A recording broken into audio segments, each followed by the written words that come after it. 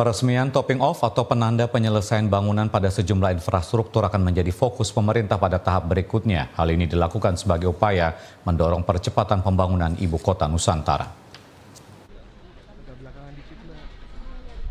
Ibu kota Nusantara telah memasuki groundbreaking tahap kelima, pembangunan kelengkapan sejumlah infrastruktur utama termasuk investasi.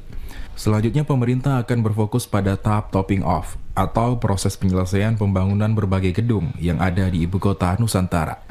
Hal ini sebagai penanda pembangunan infrastruktur pemenuhan fasilitas masyarakat yang akan mengisi IKN telah mulai terstruktur dengan cepat secara menyeluruh dan bertahap. Kepala Otorita Ibu Kota Nusantara, Bambang Susantono mengatakan, sejalan dengan groundbreaking yang intensitasnya akan diturunkan pada tahap berikutnya, pemerintah akan masuk pada proses topping off berbagai infrastruktur penunjang. Bahkan sebagai penanda awal topping off, Presiden Joko Widodo pada 1 Maret 2024 lalu telah melakukan topping off untuk 47 unit gedung hunian bagi aparatur negara. Unit hunian ini akan selesai secara bertahap dari Juli hingga November 2024.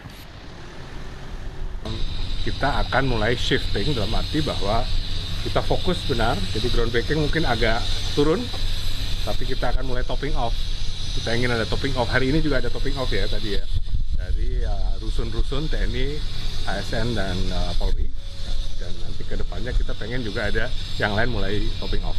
Topping off itu menyelesaikan dari strukturnya, dan kemudian juga mengisi, jadi pembangunan kita ini sekarang satu wilayah, ada kelengkapannya, tidak hanya fasilitas gedung, ya, pemerintah dan infrastruktur, tapi juga swastanya masuk, fasilitas pendidikan, kesehatan, kemudian juga nanti tempat-tempat untuk hangout, tempat-tempat untuk leisure, kita juga akan mulai fokus ke arah sana. Kepala Otorita IKN juga menyampaikan, topping off untuk pembangunan infrastruktur dasar ibu kota Nusantara tidak hanya menyasar pada bangunan utama pemerintahan, namun juga menyasar pada bangunan lainnya. Syahrudin dari Ibu Kota Nusantara melaporkan.